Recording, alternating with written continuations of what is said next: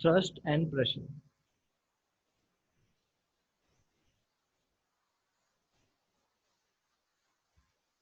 What is thrust and what is pressure? Thrust.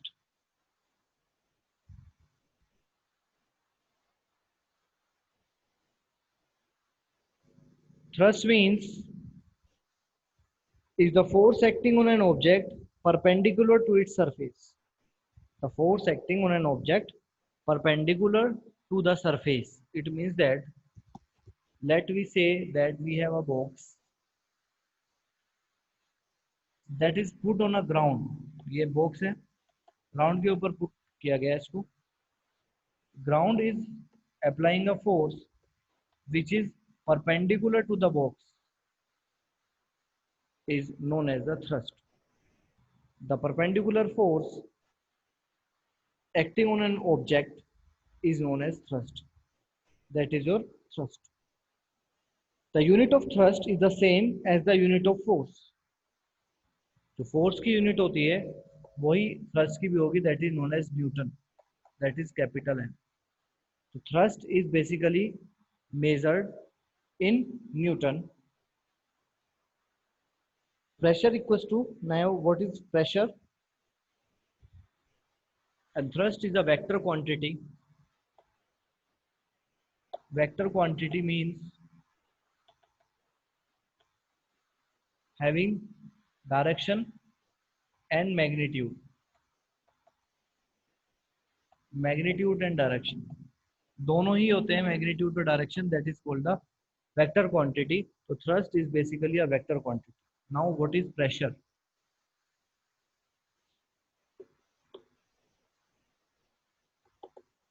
Pressure का formula है pressure equals to force per unit area. It means that how much force is acting in how much area is known as the pressure.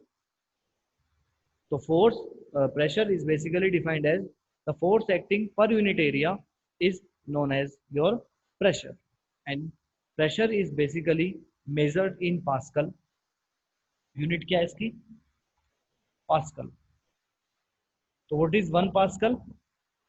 1 Pascal equals to, ऊपर करना पड़ेगा,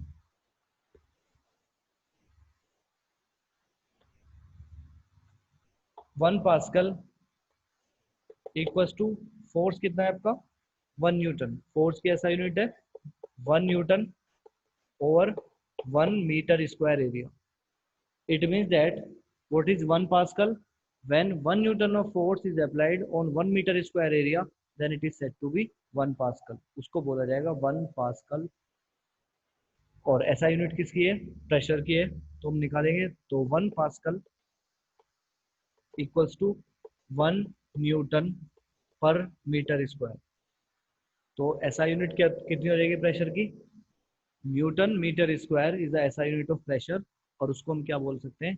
pascal भी बोल सकते हैं. तो newton metre square is also called pascal. तो that is the SI unit of pressure. ये हो गया आपका प्रेशर की ऐसा यूनिट.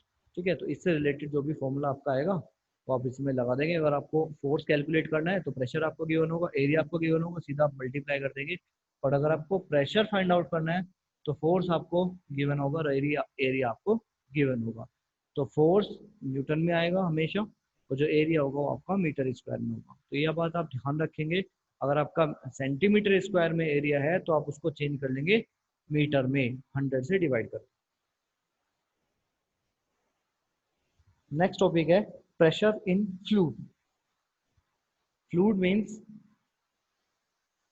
फ्लूइड आपको पता है कैसा होता है फ्लूइड? Pressure in fluid.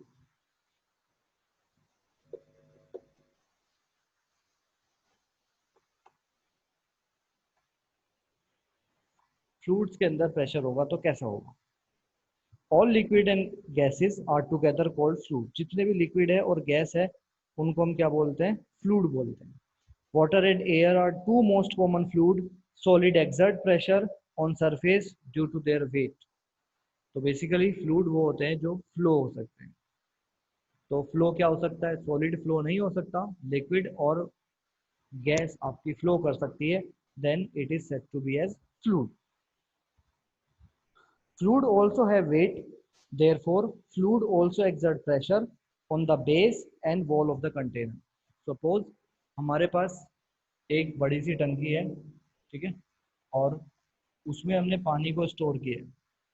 तो जब हम पानी को स्टोर करेंगे तो ये जो पानी होगा ये उस पर क्या लगाएगा, फोर्स लगाएगा, चारों तरफ फोर्स लगाएगा और इक्वल फोर्स लगाएगा, जिसकी वजह से जो टैंक है ये फट भी सकता है साइड से. ठीक है, तो जो प्रेशर होगा वो कंटेनर के ऊपर लगाता है. जो भी कोई लिक्विड होगा या गैस होगी वो कंटेनर के ऊपर प्रेशर एक्सर्ट करता है. तो बेसिकली जो फ्लूइड है वो कहाँ एक्सर्ट कर रहा है pressure, on the wall of the container.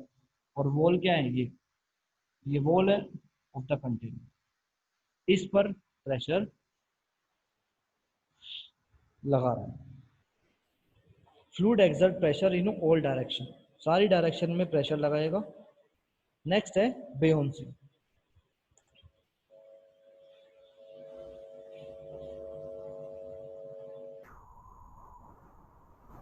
What is buoyancy? Buoyancy means the upward force exerted on an object when that object will immerse in liquid or gas. That is known as the buoyant force. Suppose we have a container और इसमें हमारे पास क्या है, water है या कोई भी liquid है, और इसमें हमने डिप किया है वुडन ब्लॉक. तो that wooden block exert a pressure due to liquid. Liquid इसके ऊपर क्या लगा रहा है, प्रेशर लगा रहा है. दैट अप थ्रस्ट और force acting on that wooden block by the fluid is said to be your buoyancy or buoyant force.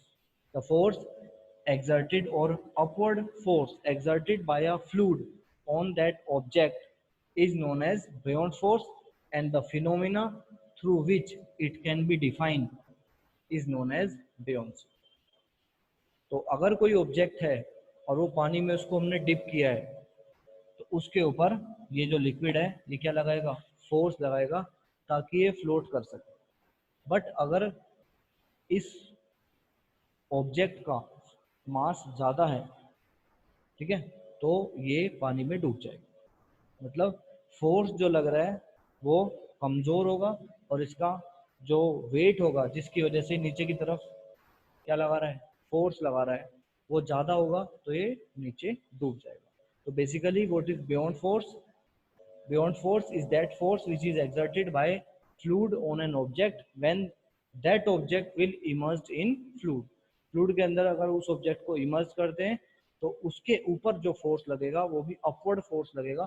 That is known as the buoyant force, and the phenomena to define that buoyant force is known as buoyancy. उसको बोला जाएगा buoyancy. The tendency of the liquid to exert upward force on an object immersed in it is called buoyant force, और also called as upthrust. उसको क्या कहते हैं, up thrust. तो अभी मैंने थ्रस्ट आपको पढ़ाया था. थ्रस्ट क्या लग रहा था, नीचे से ऊपर की तरफ फोर्स लग रहा था. ठीक है, तो इसको बोलेंगे अप थ्रस्ट. ये हमेशा नीचे से ऊपर की तरफ ही लगेगा. ठीक है, that is the buoyant force. Now factors affecting the buoyant force. कौन कौन से फैक्टर्स हैं जो बियॉन्ड फोर्स को अफेक्ट करेंगे?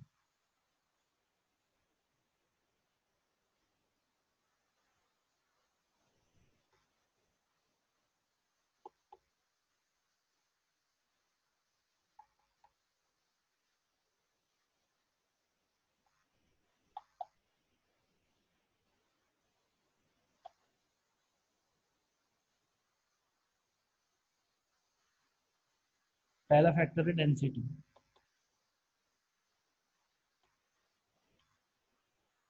अगर डेंसिटी ज़्यादा है, फ्लूइड की डेंसिटी ज़्यादा है, तो आप देखेंगे हमारे पास एक कंटेनर में हनी है और एक कंटेनर में वाटर. यहाँ पर वाटर है और यहाँ पर है हनी. तो डेंसिटी किसकी ज़्यादा है, हनी की ज़्यादा है. तो अगर हम हनी के अंदर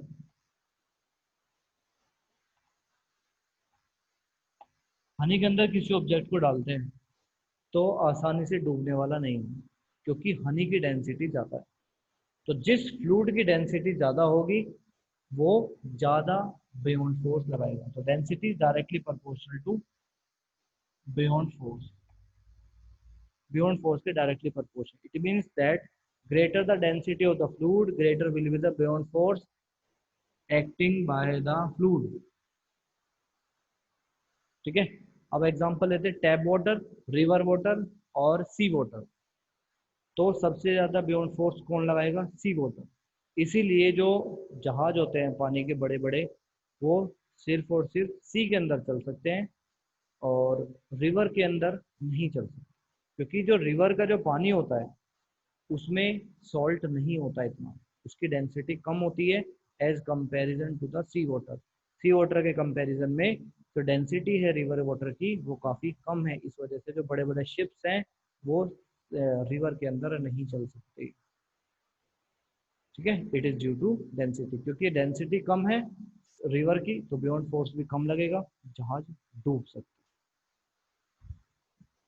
नेक्स्ट है volume of object immersed in liquid.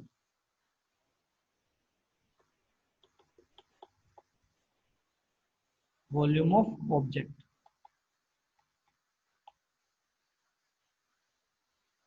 Immersed in liquid, liquid के अंदर अगर वॉल्यूम ज़्यादा है तो अब थ्रस्ट ज़्यादा लगेगा, is directly proportional to be force, that is buoyant force. Buoyant force के डायरेक्टली प्रोपोर्शनल है, जितना ज़्यादा सरफेस एरिया होगा उतना ज़्यादा बियॉन्ड फोर्स लगेगा, जितना कम छोटा सरफेस एरिया होगा उतना कम फोर्स लगेगा। तो आपने देखा होगा जो बड़े बड़े पानी के जहाज होते हैं वो नीचे से उनका सरफेस एरिया ज़्यादा होता है, तो जिनका ज़्यादा सरफेस एरिया होगा या वॉल्यूम होगा जिनका ज़्यादा, वो ज़्यादा बियॉन्ड फोर्स उनके ऊपर लगेगा और आसानी से क्या कर सकते हैं? सेल आउट कर सकते हैं।